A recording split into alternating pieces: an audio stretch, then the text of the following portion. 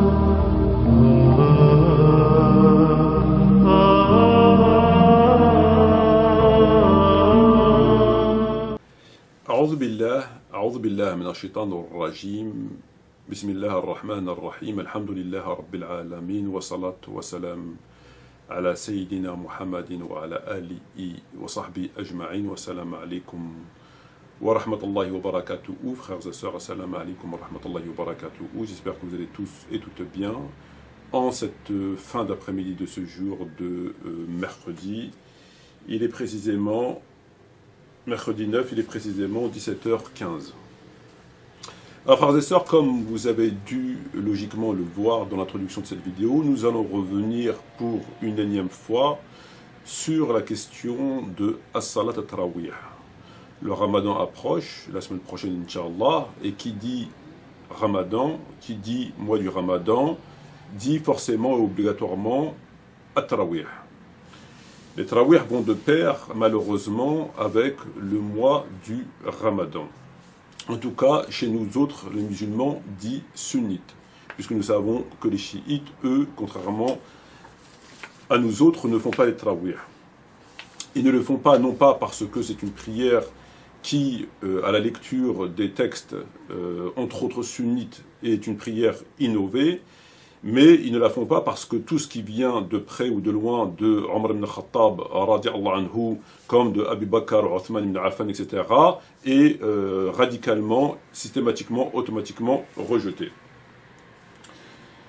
Alors, frères et sœurs, il me semble tout à fait important de revenir sur cette question afin que je puisse vous donner une fois encore les arguments qui laissent clairement à penser que c'est une prière non seulement innovée, et ceci de l'aveu même de Omar ibn Khattab radiallahu anhu lorsqu'il dit « An-ni'ma bid'a hadhihi » quelle excellente innovation, mais aussi que c'est une innovation blâmable, mazmouma, c'est-à-dire qui, selon la définition de tous les savants, contredit l'innovation, elle est considérée comme une innovation lorsque cela contredit ou le Coran ou la Sunna clairement prouvée. Voilà, un acte qui contredit le Coran ou qui contredit la Sunna muakkada, c'est-à-dire prouvée, établie, est forcément une innovation blâmable. Voilà, ça c'est la définition primaire reconnue par tous les savants. Alors, de surcroît, lorsqu'elle est introduite dans le corps de l'islam, lorsqu'on introduit ça dans le corps de l'islam, là ça devient carrément non seulement une innovation blâmable, mais aussi criminelle. Alors, le but de cette vidéo, c'est de, après avoir synthétisé, et réfléchi, médité le sujet, réétudier le sujet, je vous ai fait une synthèse de 12 questions qui ont été en quelque sorte peaufinées, afin que vous puissiez les entendre, que vous puissiez, le cas échéant, les réfléchir et les opposer à ceux qui vous disent que non, c'est une sunna, comme dans les extraits qu'on verra en fin de vidéo, Inch'Allah. Donc il s'agit de dévoiler donc, cette innovation, et par ailleurs de dévoiler par la même occasion les mensonges et les manipulations qui vont avec ce sujet, puisque évidemment, on se rend compte de façon tout à fait claire que c'est tout à fait à la fois scandaleux et honteux que certaines personnes de toute évidence, certains chouyours, certains savants, certains érudits, comme on va le voir en fin de vidéo, essayent, tant bien que de mal, de taire cette vérité, qui, pour des raisons manifestement de sectarisme, entre autres, essayent une fois encore, comme ils l'ont fait pour Yom al-Khamis, pour le jour du jeudi, avec des éléments qui sont tout à fait fallacieux et ma foi, loin d'être convaincants, essayent de taire cette vérité, essayent de cacher les textes, essayent de dissimuler cette vérité, essayent d'étouffer un certain nombre d'éléments, et vont jusqu'à mentir, déformer les textes, s'arranger, prendre des libertés avec les textes, leur faire dire finalement ce qu'ils ne disent pas, etc., etc., pour venir à une conclusion selon laquelle non, ce n'est pas une bid'a, et que finalement le prophète ne l'a pas interdite, etc., etc. Donc il s'agit malheureusement de ce fameux minhaj, le minhaj de Ad-Dassisa ou le minhaj al-Hila. Donc c'est le minhaj de la combine et de l'astuce finalement. On se rend compte que leurs arguments reposent sur des éléments combinés et de l'astuce. C'est triste à dire, mais c'est une vérité. Alors, il convient à tout musulman et à toute musulmane qui a un minimum de crainte divine, un minimum d'amour pour le prophète Mohammed d'écouter cette vidéo, de la réfléchir, de l'opposer aux arguments qu'ils entendront ici et là, et le cas échéant de transmettre le message. Voilà, je pense que c'est le minimum que nous puissions faire. Alors, nous avons vu, frères et sœurs, que le prophète Mohammed, on l'a vu, on l'a revu, on l'a revu, a dit, lors de la 3e ou 4e nuit, lorsqu'il n'est pas sorti prier avec ses compagnons, le prophète Mohammed a dit « Priez chez vous ».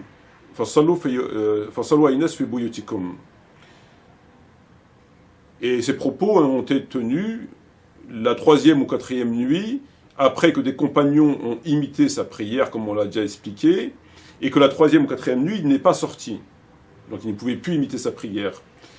Et donc ils ont été le chercher à son domicile, jetant des cailloux sur son domicile, des petits cailloux, et celui-ci sortit en colère et finit par leur dire, entre autres, « Fasallu ayunas fi buyutikum ».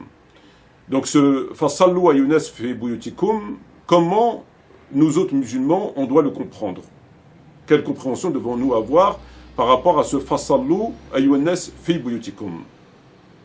Ce fameux « Fasallu ayunas fi buyutikum » est à comprendre comme les compagnons qui étaient présents l'ont compris, c'est-à-dire d'arrêter immédiatement, de stopper leurs agissements et de rentrer chez eux. Lorsque le prophète leur a dit les compagnons ont mis un terme à cette volonté de faire, non pas tarawih, que ce terme n'existait pas à l'époque du prophète, mais de faire qiyam al-lil fil masjid avec le prophète, donc de veiller la nuit en groupe dans la mosquée pendant le mois du Ramadan. Donc, il faut comprendre, ce fasallu ayyuhan-nas, cet impératif, cet ordre doit être compris, donc, comme l'ont compris les compagnons, c'est-à-dire en mettant un terme radical et immédiat à leur volonté de poursuivre ces agissements.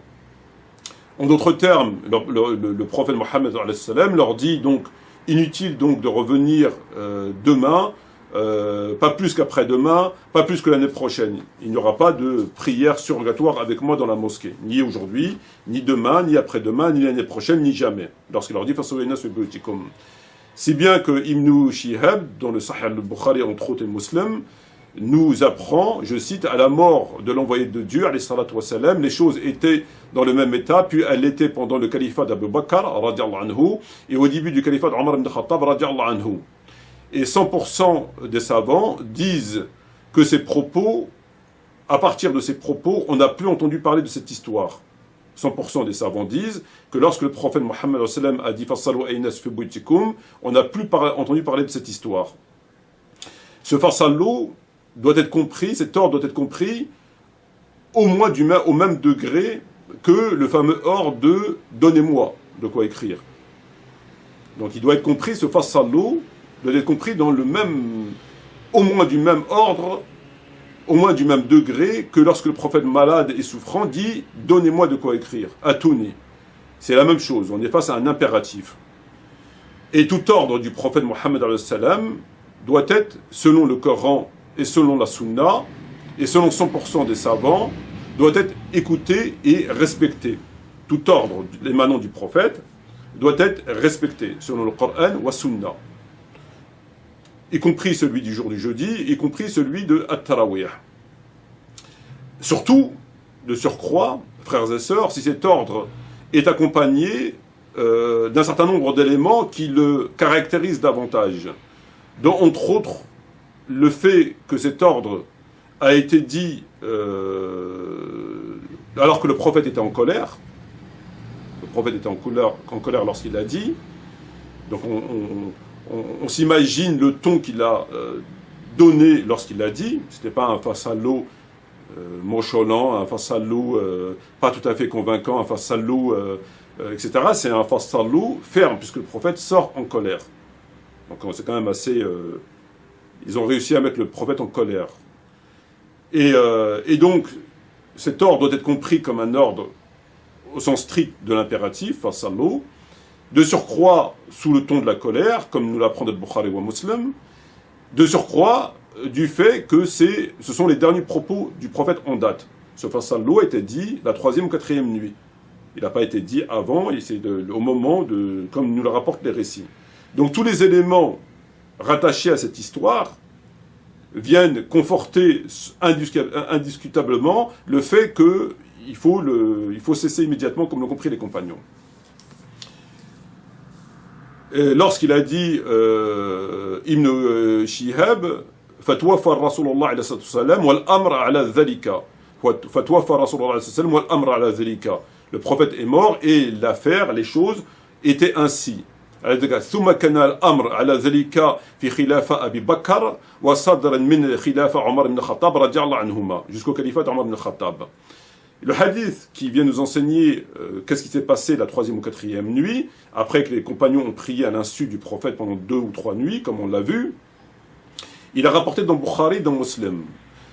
قال فلما يخرج إليهم, donc lorsque le prophète n'est pas sorti dans la mosquée, farafa'u aswatahum, les compagnons ont levé la voix pour dire on est là. Wa asabu al-bab, c'est-à-dire qu'ils ont jeté des cailloux sur la porte. Fakhraj ilayhim ar-rasul, il est sorti le prophète ghadbanan, il est sorti en colère. فقال لهم رسول الله عليه الصلاة والسلام ما زال بكم صنيعتكم حتى ظننت أن سيكتب عليكم. Je crains que ce que vous faites là vous allez le payer en quelque sorte, que ce soit inscrit contre vous. فصلوا في بيوتكم فإن أفضل الصلاة في بيتي إلى مكتوبة. Donc après il leur a dit فصلوا أيها الناس في بيوتكم فإن أفضل الصلاة مرئي في بيتي إلى مكتوبة. Donc on a tous les éléments réunis, c'est-à-dire la chronologie des événements, la date, l'ordre du prophète, le ton qu'il a mis, etc., etc. La question qui se pose, c'est qu'ont-ils fait de cet ordre? Puisque autour de leurs explications pour le moins complètement fumeuses et mal intentionnées de toute évidence, on se rend compte que al-amr fasallu ma fa'alu bil amr, puisqu'on sait que dans la phrase fait jumla il y a le amr. On ne parlons pas de la meilleure prière, on y reviendra dessus. Il y a le amr. Et le amr, dans le sharia, dans le Coran ou la Sunna, l'amr du prophète Mohammed, il doit être obéi. Et on se rend compte qu'ils ont fait abstraction de l'ordre. L'ordre du prophète, ce n'est pas une recommandation, ce n'est pas un conseil, c'est un ordre. Ils l'ont complètement occulté. Donc la question qui se pose réellement, c'est pourquoi que ceux qui accomplissent aujourd'hui At-Tarawih, donc Qiyam al-Layl à la base, qui est devenu plus tard Tarawih, ils le font non pas fi buyutihim, comme le précise le prophète Mohammed, mais ils le font dans la mosquée. Pourquoi aujourd'hui les musulmans avec tous les éléments qu'ils ont, les preuves qu'ils ont, l'ordre du prophète, la chronologie, etc., etc., ce que je viens d'évoquer, pourquoi les musulmans contredisent cet ordre qui les autorise à ne pas respecter la parole du prophète? Qu'est-ce qui est venu abroger la parole du prophète? Au nom de qui? Au nom de quoi? Au nom de quelle science finalement? Parce que pour qu'on puisse ne pas obéir au prophète, c'est quand même pas rien.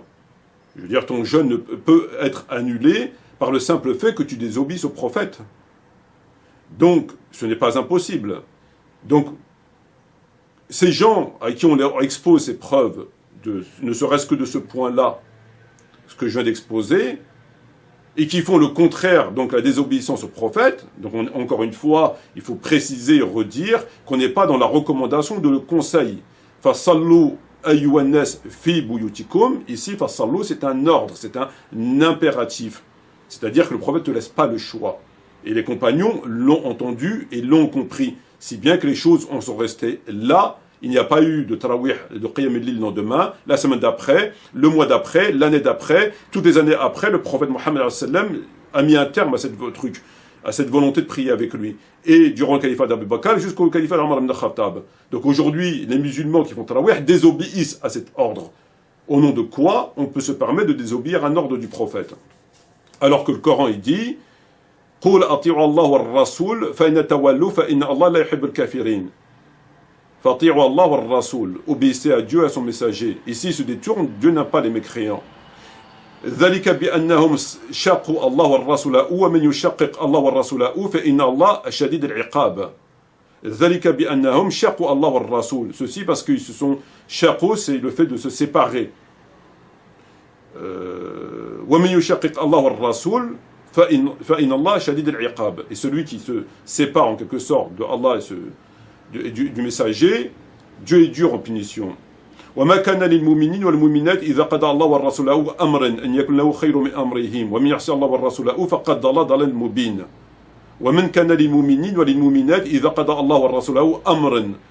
Il ne convient pas à un croyant et une croyante, lorsque Allah et son messager ont décidé d'une chose, أن يكون لهم من خير من أمره, et que ils font autre chose de ce que lui a fait. وَمِنْ يَعْصِ اللَّهَ وَالرَّسُولَ, et celui qui désobéit à Dieu et à son messager, فَقَدْ ضَلَّ ضَلَالًا مُبِينًا, il s'est égaré d'un égarement évident. يَا أَيُّهَا الَّذِينَ آمَنُوا أَطِيعُوا اللَّهَ وَالرَّسُولَ وَلَا تَوَلُّوا عَنْهُ وَأَنْتُمْ تَسْمَعُونَ. Ô vous qui croyez, obéissez à Dieu et à son messager, et ne vous détournez pas alors que vous l'entendez, alors que tasma'oun, alors que vous entendez. وَلَا تَكُونُوا كَالَّذِي قَالُوا سَمِعْنَا وَلَمْ يَسْمَعُونَ. Ne soyez pas comme ceux qui disent nous avons entendu alors qu'ils n'entendent rien du tout.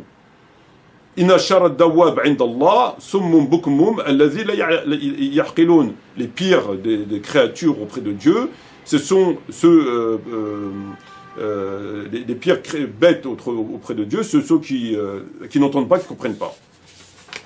Donc la question numéro 1, c'est bien celle-ci, c'est comment se fait-il, frères et sœurs, qu'ici ils arrivent à désobéir à un ordre du prophète, tout ce qu'on a expliqué, pourquoi ils font le contraire? Qu'est-ce qui leur permet de faire le contraire? Est-ce qu'il y a un verset coranique qui est descendu après? Est-ce qu'il y a un prophète qui est venu après? Est-ce que c'était abrogé? Est-ce que c'est pas un ordre, c'est juste un conseil?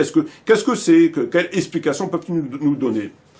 Question numéro 2. Nous avons vu avec certitude, frères et sœurs, nous avons vu avec certitude, c'est-à-dire à 100%, que le prophète Mohammed n'a jamais prié avec ses compagnons. Il n'a pas prié une nuit, ni 2 nuits, ni 3 nuits, ni 4 nuits, il n'a jamais prié avec ses compagnons. Dans le Bukhari ou le Muslim, il n'a jamais prié avec ses compagnons.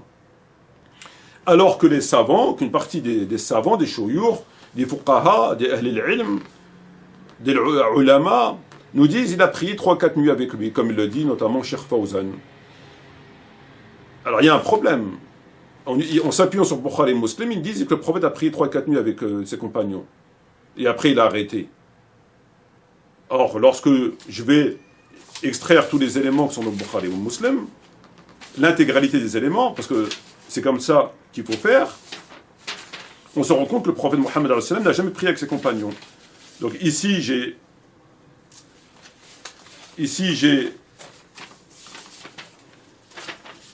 les textes intégraux dans le Sahih de Bukhari et Muslim. J'en ai 1, 2, 3, 4, 5, 6, 7, 8, 9, 10 textes. on ne va pas les relire pour leur dire, parce que je pense que tout le monde a bien compris, mais on va lire ce qui prouve que le prophète n'a pas prié avec eux. On va s'intéresser aux éléments, à l'anasir, comme quoi le prophète n'a pas prié avec eux. Dans tous les textes. Premier texte, celui-ci, dès qu'ils sont aperçus, resta assis. Celui-ci, le prophète, dès qu'ils sont aperçus, resta assis. Quand tu pries avec quelqu'un, tu ne restes pas assis. Ça me semble évident. Puis il alla vers ses compagnons. Et il alla vers ses compagnons. Donc c'est prouve qu'il n'a pas prié avec eux. Texte numéro 2. Le prophète avait mis une natte qui le séparait des gens. Une natte qui le séparait des gens. Quelques hommes cherchèrent à imiter sa prière. Une nuit, ils n'entendirent plus sa voix, croyant qu'il s'était endormi. Donc ces éléments prouvent qu'il n'a pas prié avec eux. Sinon tu ne mets pas quelque chose qui te sépare des gens, tu imites pas sa prière et tu te ne fies pas au son de sa voix. Ils pensaient qu'il s'est carrément endormi. Donc, comment peuvent-ils dire qu'il a prié avec eux? Troisième texte, le prophète faisait dans la prière un mur durant la nuit dans sa chambre qui avait un mur un peu élevé. Il y avait un mur un peu élevé. Et en voyant la silhouette du prophète, ils prièrent selon la silhouette du prophète. Donc il y avait déjà un mur un peu élevé, et on parle de silhouette. Quatrième texte, le prophète dit « J'ai vu ce que vous avez fait, mais ce qui m'a empêché de sortir. J'ai vu ce que vous avez fait. » Donc il n'a pas prié avec eux. Cinquième texte, il dit « Cela dit, il ne m'était pas inconnu que vous étiez ici. » C'est le prophète qui parle. « Il ne m'était pas inconnu que vous étiez ici. » Sixième texte, le prophète, lorsqu'il sentit notre présence, derrière lui, il écourta sa prière. Lorsqu'il sentit notre présence, il écourta la prière. Et le lendemain, on lui dit, t'es-tu rendu compte de notre présence la veille? Oui, déclara-t-il. C'est d'ailleurs ce qui m'a poussé à agir comme je l'ai fait. Donc là, on ne peut plus clair. Il a senti notre présence. Lorsqu'il a senti notre présence, il a arrêté, il a écourté la prière, il est parti. Et le lendemain, on lui pose la question au prophète. Il lui dit, est-ce que tu savais qu'on était là? Il dit, oui, c'est ce qui m'a poussé justement à arrêter. Septième texte, j'ai bien vu ce que vous avez fait. J'ai bien vu ce que vous avez fait. Huitième texte, le fameux texte, le prophète leur dit, sorti en colère, etc. Le neuvième texte, il dit, je n'ignorais pas votre présence. Et le dixième, il dit, j'ai vu ce que vous avez fait.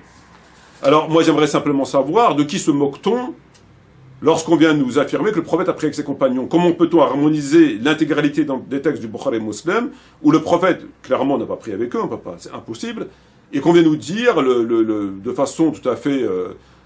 enfin, c'est quand même assez incroyable, hein, d'un aplomb... la certitude du con, quoi. C'est la certitude de la brutitude du village. Hein.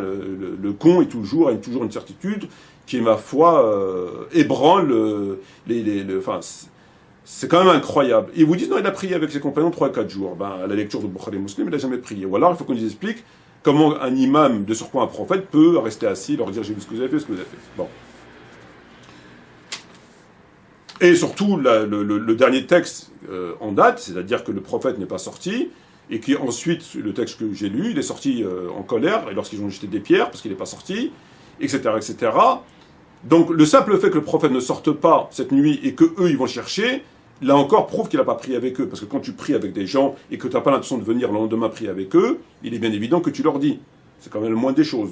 Donc, s'il avait prié avec eux, encore une fois, ben, il aurait dit, ben, ne venez pas demain, les choses auraient été claires. Or, lorsqu'ils n'ont pas vu la 3e ou 4e nuit, ils sont partis le chercher. Ça prouve bien, encore une fois. Ou alors, on va considérer que le prophète se comporte d'une façon assez étrange.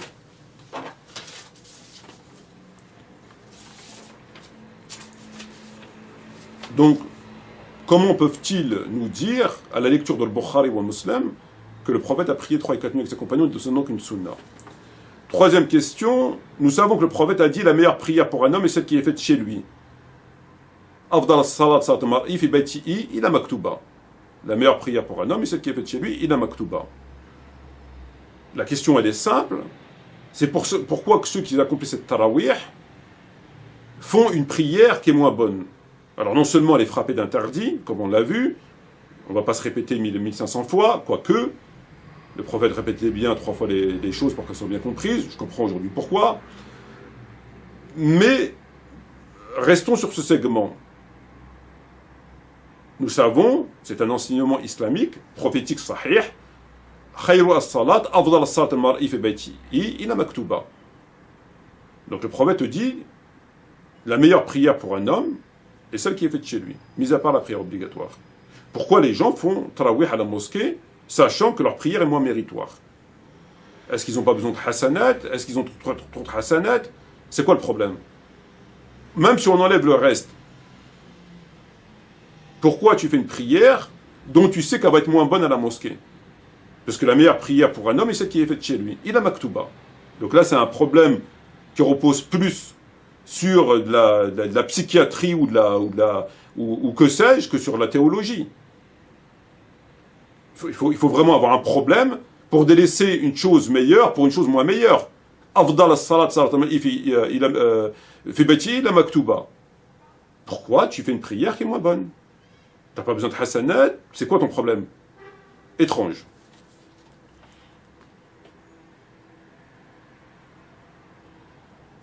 On nous affirme que le prophète Mohammed a prié 3 et 4 nuits avec ses compagnons. Donc on nous dit sunna. Il a prié 3 et 4 nuits. Chose qui est fausse, mais passons. Donc c'est une sunna. Mais nous savons, 100% des savants disent, que le prophète n'a jamais fait de toute sa mission prophétique, ni à la Mecque, ni à Médine, jamais, ne serait-ce qu'un seul ramadan, il a prié 1 mois avec les compagnons. Jamais. Jamais. Il n'y a aucun savant qui vous dira ça. Donc 100% des savants vous diront que le prophète, depuis qu'il a été prophète du premier au dernier jour, n'a jamais prié 1 mois dans la mosquée, Qiyam al-Layl, pendant le ramadan. La question qui se pose, c'est que quand bien même le prophète aurait prié 3 et 4 nuits et qu'il aurait mis un terme, selon d'autres, avec d'autres mots, peu importe, il a mis un terme. Pourquoi est-on passé de 3 à 4 nuits à 1 mois?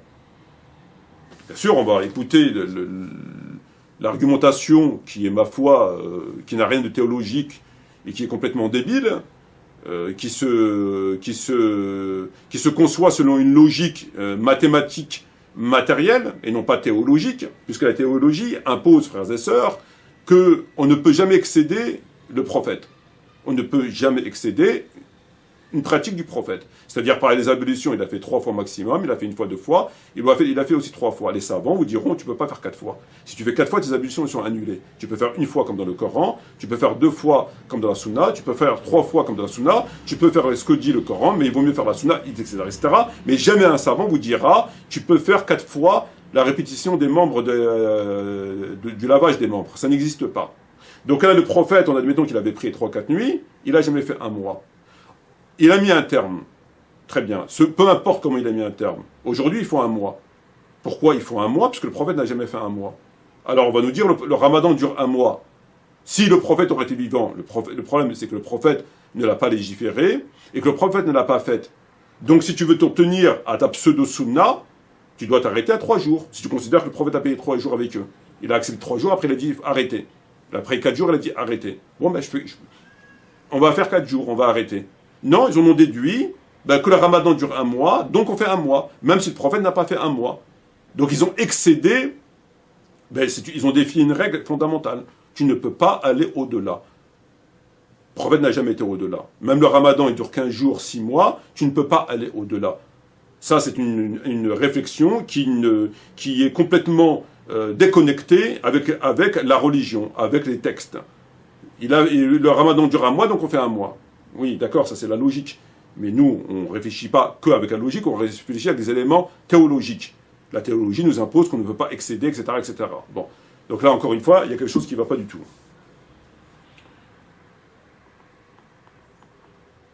On nous a affirmé, voire même bassiné, depuis très longtemps, qu'il y avait un consensus.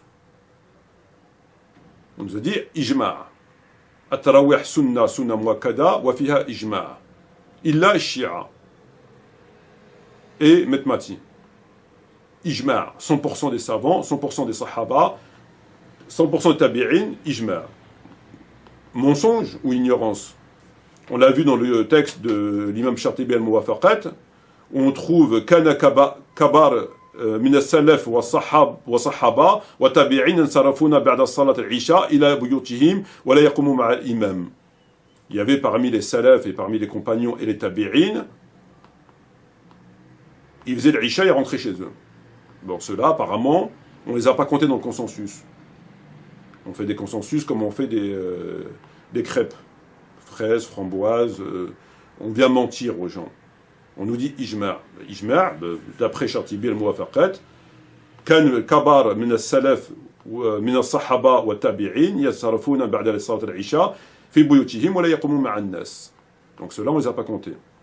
On a vu dans le livre de l'imam Kitab al-Athar al-Musannaf al-Hadith wal-Athar de Abu Bakr Abdullah ibn Muhammad ibn Abi Shayba rahimahullah, tome 2 Dar al-Kutub al-Almiya Beyrouth al-Lebanon 1995, on a des récits où on apprend ce qui suit. Ibn Omar ne rejoignait pas les gens pour prier la prière du Ramadan, et ajoute Salem et Qasim ne le faisaient pas non plus. Un homme demanda à Ibn Omar de prier la nuit derrière l'imam pendant le Ramadan, il lui dit tu écoutes tout comme un âne. Ibrahim a dit si je ne connaissais pas plus d'une sourate ou deux, il est répété à mes yeux et plus bénéfique de prier toute la nuit, de prier chez moi toute la nuit derrière un imam pendant le Ramadan. Ibrahim guidait leur prière canonique, mais il ne les guidait pas pour les prières du Ramadan. Al-Qama et Al-Aswad ne le faisaient pas non plus. Quoi d'autre encore? On a demandé à Hassan al-Basri, rahimahullah, dois-je rejoindre les gens pour la prière ou bien prier seul? Déjà, étrangement, pourquoi poser une question puisqu'apparemment il y a un consensus? Il a dit que tu lises le Coran me semble meilleur que de l'entendre réciter par un autre. Il a dit, je préfère que tu lises le Coran tout seul. C'est mieux que d'entendre par un autre. Bah, sa réponse, on sent bien qu'il est gêné, mais ça veut dire ce que ça veut dire. Ça veut dire ce que ça veut dire. Donc il lui dit, prie chez toi finalement. Et dans le livre de l'imam Al-Tahawi, rahimahullah, Sharh Ma'ani al-Athar, l'explication des significations des traditions, l'imam Abu Ja'far Ahmad Mohammed al-Tahawi, tome 1 Dar al-Kutub al-Almiya, Beyrouth al-Lebanon 2006, pareil, on y rapporte pratiquement les mêmes textes. Ibn Omar ne faisait pas la salat al-Tarawih, un homme dit à Ibn Omar, etc., pareil. Si je ne connaissais qu'une seule sourate du Coran, elle est répétée pareil. Abdullah ibn Youssef, à la suite de Ibn Layla, etc., que Awla ne faisait pas les prières durant le mois de Ramadan, partir chez lui, c'était pareil. J'ai vu Qasim Salam Nafir repartir, etc., et l'imam Tahawi conclut wa zalika as-sawab. Nous avons dans le livre ici de Anil wal-Atar un texte selon lequel il dit wa qalat al-'itra inna tajmi' fiha bid'a. La descendance du prophète a dit c'est une bid'a, le fait de se regrouper pour la prière tajmi' fiha bid'a. Et l'imam Malik dans son livre Al-Mudawana في قيام الرمضان كان ابن هرموز ينصرف فيقوم بأهله وكان ربيعة ينصرف وعدد غير أحد من علمائهم كانوا ينصرفون ولا يقوموا مع الناس قال الإمام مالك إن وأنا أفعل ذلك. Donc Ibn Hormuz et un tel et un tel et un tel, pas Tarawih, l'imam Malik a dit moi je fais pareil.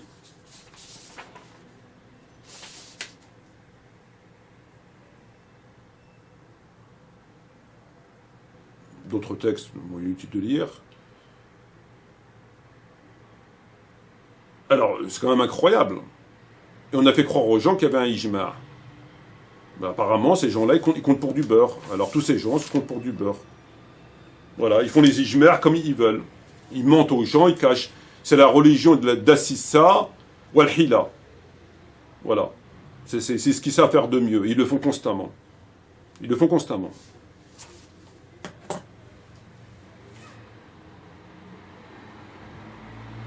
Alors là où ils ont mis l'arnaque du siècle, c'est leur fameux ijtihad. Ils ont pris, vous verrez dans les extraits vidéo, ils font comme s'ils ne voyaient pas le hadith fasalu aynas fi buyutikum. Ils prennent que j'ai craint que cette prière tuktub alaykum. Voilà. Et ils ont pris ce hadith, ils ont pris celui-là, l'autre ils l'ont délaissé, il n'existe pas, alors qu'il est non seulement le dernier en date, mais surtout, comme on l'a vu dans An-Nasa'i et dans Ibn Sa'ad, que, en fait, compte, c'est le même hadith. Seulement, il est coupé. Ce qui fait partie du hadith maqtou'. On en a, فَأَمَرْتُ نُقَتِلِ النَّاسِ بِدُونِ الزَّكَاةِ وَالصَّلَاةِ, et on trouve dans notre hadith avec ça, etc., etc. Donc, ça fait partie de la science du hadith. On a un morceau là-bas, il faut les recoller. On le trouve collé dans An-Nasa'i et dans Ibn Sa'ad. Et eux, qu'est-ce qu'ils ont fait? Ils ont pris le hadith. Ils ont coupé la phrase du prophète, ils ont pris juste la partie qui les intéressait, donc ils n'ont pas laissé le prophète terminer sa phrase, en quelque sorte, où il dit « Ce qui m'a empêché de vous rejoindre, c'est que j'ai craint que cette prière soit une obligation », ils l'ont coupé là. Ils ont coupé ce hadith-là, ils l'ont pris comme il était, donc ils savent qu'il est coupé, ils l'ont pris comme il était, ils ont fait un ijtihad. Ils vous disent quoi? Ils disent « Oui, le prophète ne l'a pas interdit. Il a simplement dit « J'ai craint ». Bon, quand bien même il ne l'aurait pas interdit, le fait que le prophète ne l'a pas institué, 100% des savants disent qu'il ne l'a pas institué, tu ne peux pas instituer une prière après le prophète. À moins que tu es prophète, ou à moins que tu es Dieu, ou à moins que tu as une... Tu peux pas. Bon, quand bien même le prophète n'aurait pas dit Fasalou fi buyutikum, quand bien même le prophète il n'a pas institué, c'est terminé. Ma'alish. Ils ont pris ce hadith, ils ont fait ijtihad. Le prophète n'a pas interdit, le prophète il est mort, ça ne va pas être obligatoire, blablabla, blablabla, blablabla, blablabla. Or, ce hadith il est amputé, on récupère les deux morceaux, on les colle, c'est ce qu'ils auraient dû faire, comme il s'est écrit dans d'autres hadiths, ils auraient dû les coller. Donc là, on a le propos complet. Ce qui m'a empêché de vous rejoindre, c'est que ce sont des obligatoires. Dorénavant, au fil d'après, dans vos demeures, voilà. Et là, ils auraient dû faire un ishtiyat sur le hadith complet, en retenant l'amr, ma fa'alu bil amr, en retenant la meilleure prière, en retenant la colère du prophète, en retenant la chronologie, etc., etc. Ils n'ont pas fait tout ça. Donc ils ont écarté tout ça, ils ont pris juste ce qui les intéressait, ils ont fait leur marché. C'est bien. Alors qu'on sait que dans l'ilm al-hadith, on doit se conformer aux ordres de l'envoyé de Dieu en se tenant toujours à la dernière en date.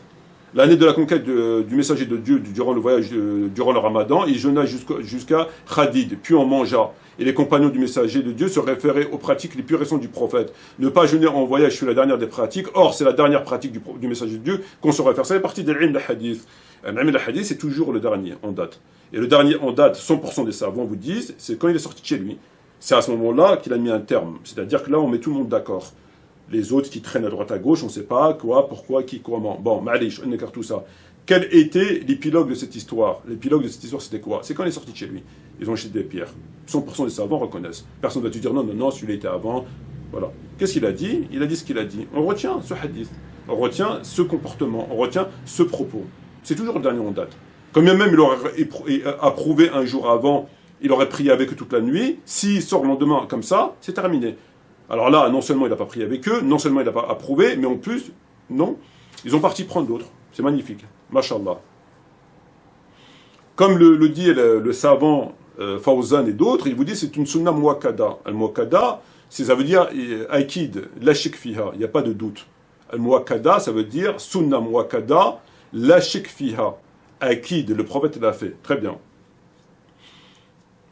Bah, si elle est muakkada, comment ça se fait que ça ne sert pas comme une varakha, il a fait le prophète? Il te dit c'est une sunna muakkada, mais ils ne savent pas comment il a fait le prophète. C'est quand même un peu paradoxal. Ils sont partis voir Aïcha radiallahu anha pour lui demander combien le prophète faisait de rak'a. Elle a dit il faisait tant de rak'a, il ne dépassait pas tant de rak'a ni pendant ni en dehors du ramadan. Et de là, ils ont commencé à construire. Donc sunna muakkada, il l'a fait, mais ils ne sont pas capables, ils sont incapables de nous dire combien de rak'a il a fait. Mais c'est une sunna muakkada.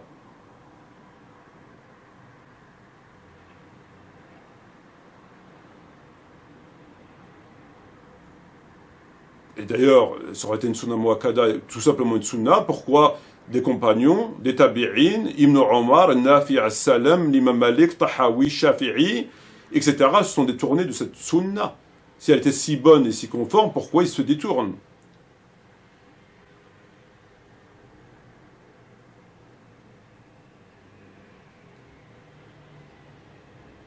On nous dit que Omar n'a fait que revivifier une sunna délaissée par le prophète. Il a revivifié. Donc il doit... Ben, si le prophète il a délaissé, c'est qu'il y a une raison. Pourquoi tu viens derrière et tu la revivifies? Ce qui est encore là, évidemment faux. Le prophète ne l'a jamais délaissé, il l'a arrêté, il ne l'a jamais fait. Jamais. Jamais. Mais quand même. Et le plus important, c'est que 100% des savants vous disent que depuis ce jour-là, ben d'ailleurs on l'a lu le texte, on n'a pas besoin des savants, on n'a plus entendu parler de cette prière. Il dit Fatwa far Rasulullah sallallahu wal amra ala dhalika. Thumma kana al amra ala dhalika fi khilafa Abi Bakr wal khalifa Omar ibn Khattab radiyallahu anhuma. C'est-à-dire stop. Mais c'est quand même incroyable. Donc ça veut dire que le prophète ne l'a pas fait 3 ou 4 nuits. Il l'a interdit à ses compagnons. C'est resté comme ça pendant les années durant lesquelles le prophète a fait d'autres ramadans, parce qu'il n'est pas mort cette année-là. On n'a pas entendu parler de Tarawih, le Qiyam al-Lil. L'autre année, le prophète il meurt. Et après, Omar ibn Khattab vient l'instituer, c'est-à-dire qu'on se permet, d'instituer une prière que le prophète n'a pas instituée. Donc on est un petit peu comme les chiites qui considèrent que le prophète n'a pas terminé sa mission et qu'on a un prolongement avec Ali, alayhi salam, et les 12. Ça veut dire qu'il le lie au prophète. Le prophète et les 12, ils sont liés. Le Coran, il n'est pas clos, la Sunna, elle n'est pas close. La porte, elle est ouverte. Donc on a besoin de Ali, qui est un mahsoum, etc., qui va continuer la mission du prophète. C'est-à-dire qu'on ne peut pas s'arrêter au prophète. Alors que dans le Coran, il dit, si le prophète venait à mourir ou s'il venait à être tué, retournerez-vous sur vos pas. Donc là, Allah, il a mis le terme au prophète. Il a dit, si le prophète venait à mourir ou vous serez tué, est-ce que vous allez retourner sur vos pas? Donc le retour sur les pas, il ne l'a pas mis à Ali. Il ne l'a pas mis pour les 12. Il dit à partir du prophète. C'est là. Il n'y a pas d'après après prophète. Ça s'arrête là. Est-ce que s'il est mort, vous allez retourner sur vos pas? Il n'a pas dit si Ali meurt ou si l'autre ou l'autre. Ça veut dire ça s'arrête là. Donc on a un petit peu comme les chiites, c'est-à-dire qu'on a un prolongement d'une personne qui n'est pas prophète et qui vient vous inventer une prière qui n'a pas été instituée par le prophète, de surcroît qui a été interdite par le prophète. Est-ce que c'est légal? Est-ce que c'est légal d'inventer une prière? Pour inventer une prière, il faut être prophète au moins. Alors, qui est le prophète, encore une fois? Qui est le prophète?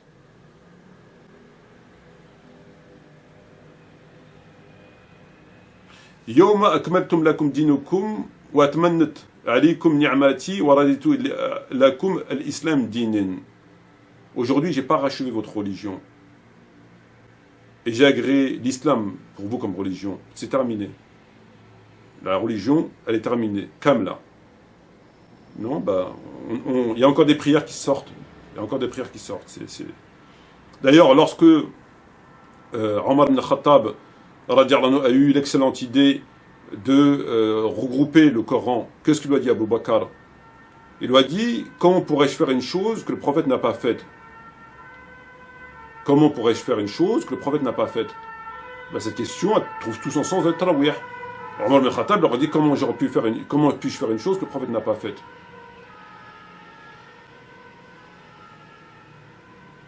Donc on se rend compte qu'il y a effectivement quelque chose de très grave, et qu'on se rend compte que Omar ibn Khattab, il gagne tout le temps par rapport au prophète. Le jour du jeudi, il a gagné, et Tarawih, il a gagné. Donc vous avez toujours des gens qui se mettent du côté de Omar, et des gens qui se mettent du côté du prophète. Le jour du jeudi, vous avez donnez-lui pas. En fait, quand Omar gagne, et ceux qui suivent Omar ont gagné, parce qu'on ne l'a pas donné, et Tarawih, fassalu fi buyutikum, fassalu fi al-masajid, c'est Omar qui gagne. D'ailleurs, le nom lui-même n'existait pas à l'époque du prophète. C'est un nom qui a été inventé à l'époque de Omar. D'ailleurs, lui-même, le nom, la prière de la pause, ça ne veut rien dire. Prière de l'appui, on connaît. Prière de salutation de la mosquée, on connaît. Prière avec le Dhar, Asal, Maghrib, Isha, on connaît. Prière Qiyamil, on connaît. Prière des pauses.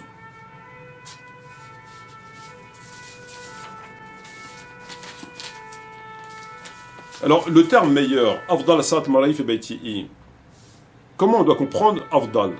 Afdal, c'est meilleur. Très bien. Mais il ne faut pas le comprendre comme meilleur. Au sens meilleur, c'est-à-dire comme si on vous laissait le choix entre deux choses. Quand le prophète dit, alayhi salatu wassalam, la prière faite dans ma mosquée est meilleure que la prière faite ailleurs. Là, il y a une balance. Est-ce que le prophète a interdit de faire une prière ailleurs? Non. Est-ce qu'il t'a interdit d'aller prier dans non.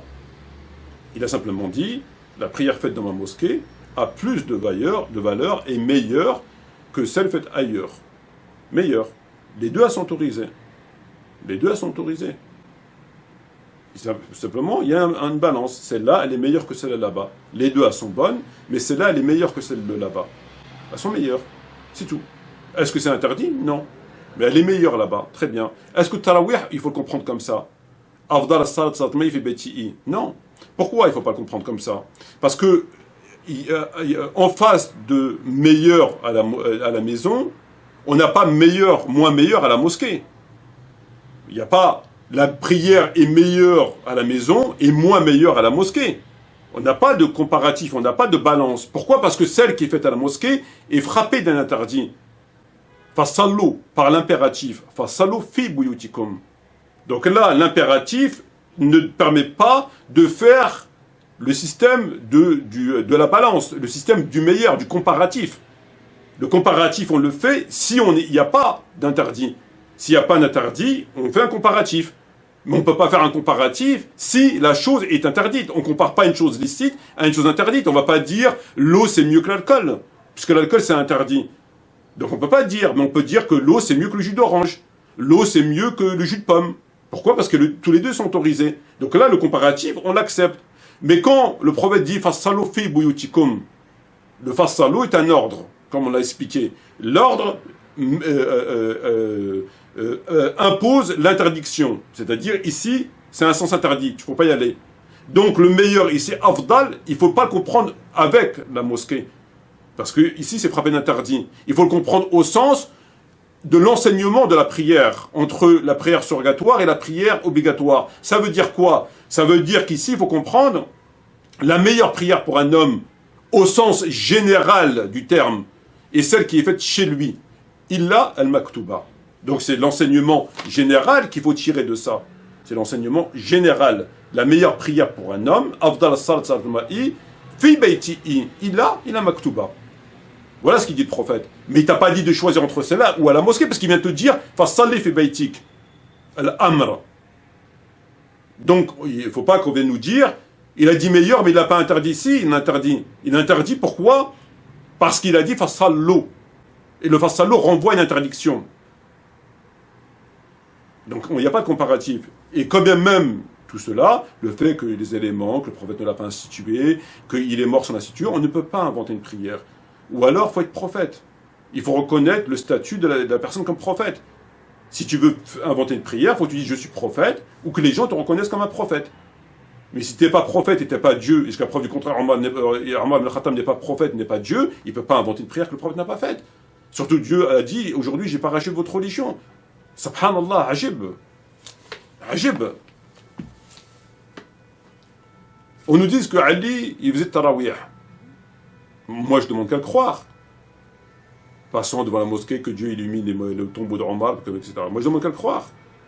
Mais moi, quand je lis d'autres livres, c'est pas ce qu'il écrit. Quand je lis le livre de Shawkani, où il dit l'Itra ne faisait pas tarawih, on pose comment ça se fait?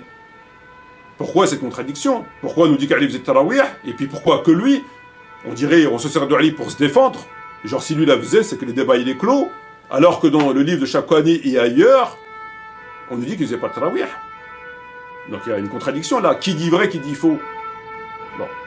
Moi, la question ne se pose pas, vu ce que je vois, hein, les mensonges, la religion, de l'astuce et de la dissimulation, al-minhaj, ad-dassissa ou al-hila. C'est tout. On voit bien comment il joue avec les textes. Donc la question ne se pose pas. Alors, il y a une chose qui est très importante, c'est quand je faisais tarawih, on avait toujours des gens qui disaient quoi? Ils disaient, oui, akhi, c'est pas obligatoire tarawih, pour ceux qui ne voulaient pas partir. Mais tout le monde fait tarawih. Tout le monde fait tarawih. Tout le monde fait tarawih. Donc oui, c'est vrai, mon frère, c'est pas obligatoire. Mais tout le monde fait tarawih. Qu'est-ce qu'il faut comprendre par là? Ça veut dire que toi, tu es un paria. T'es pas normal. T'es louche. Tout le monde fait tarawih sauf toi. C'est bizarre, toi, comme mec. Oui, c'est pas obligatoire. Alors tu lui dis, ouais, mais c'est pas obligatoire. Oui, c'est pas obligatoire. Mais tout le monde fait. Ah, c'est mieux de la faire. C'est pas obligatoire, mais c'est mieux de la faire. Parce que tout le monde fait. Il culpabilise les gens.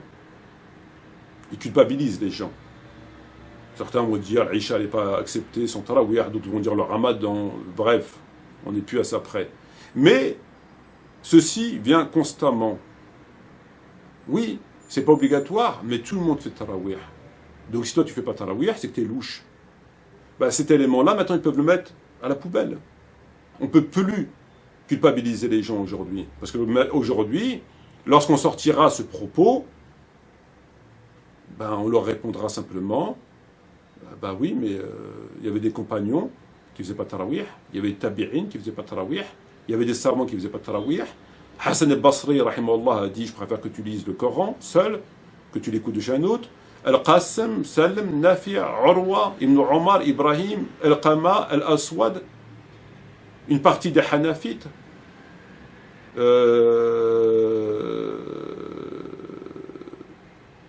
هرمز فيقوم بأهله وكان ربيعة. Tous ces gens ne faisaient pas tarawih. Donc venir culpabiliser les gens, c'est terminé. Parce qu'aujourd'hui, on ne peut pas nous dire tu es le seul. La liste, et encore, on n'a pas tout. On n'a pas tout, parce qu'entre les livres qui sont brûlés et est-ce qu'on peut découvrir dans d'autres livres qui ne sont pas connus, je suis sûr et certain qu'on a beaucoup plus que ça. On a largement beaucoup plus que ça. Ça, c'est ce qui ressort grâce à Dieu. La vérité finit toujours par ressortir. Mais évidemment qu'on a beaucoup plus que ça. Ça me semble évident. D'ailleurs, ça a dû créer une division parmi les compagnons. Certains faisaient tarawih, d'autres rentraient chez eux. On s'imagine l'atmosphère. On s'imagine l'atmosphère.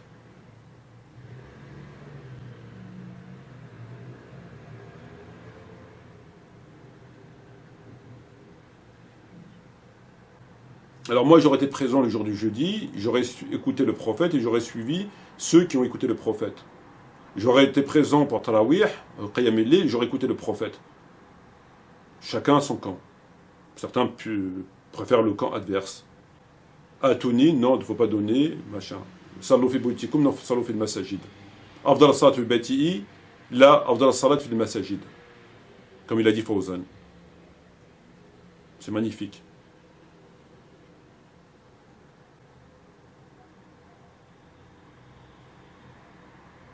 Et finalement, on se rend compte de quoi? Une prière innovée, salat mubtadi'a, dans une mosquée faite de la fitna, dirigée par un imam laïque, salarié du Tarout. À vrai dire, on n'a jamais, ou très rarement, vu autant d'égarements en un seul et unique endroit. Vous avez une prière mubtadi'a, innovée, qui contredit la volonté du prophète. Le prophète te regarde dans les yeux et te dit « Fassalli fi baytik ». Énervé. « Fassalli fi baytik ». Il va à la mosquée. Ils osent regarder le prophète dans les yeux après. J'imagine le prophète est devant toi et te dit « Fassalli fi baytik ». Non, je vais à la mosquée. Maintenant, il y a des gens qui inventent des prières.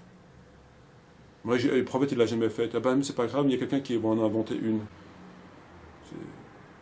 C'est un truc de malade. Une prière innovée, faite dans les mosquées de la fitna, ceux qu'on connaît, dirigée par un imam laïque. La boucle est bouclée, la messe est dite. À côté, les Khawarij, c'est des apôtres.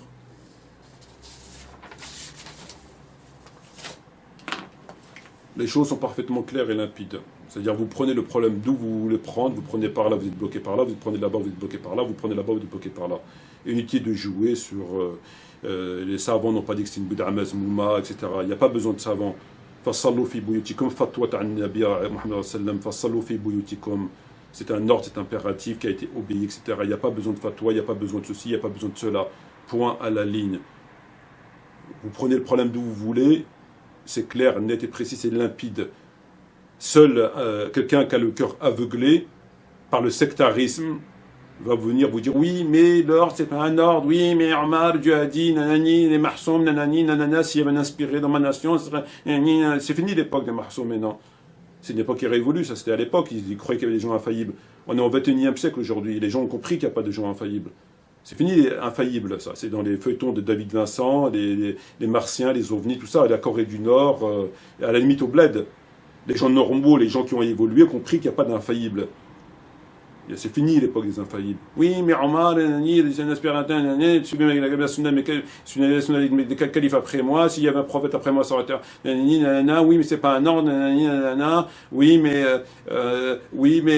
il a pas. Oui, mais ils n'ont pas dit que c'était une prière, une innovation, ils ont dit c'est mieux, voilà. Sur ce, je vous remercie. Wassalamu alaikum wa rahmatullahi wa barakatuh.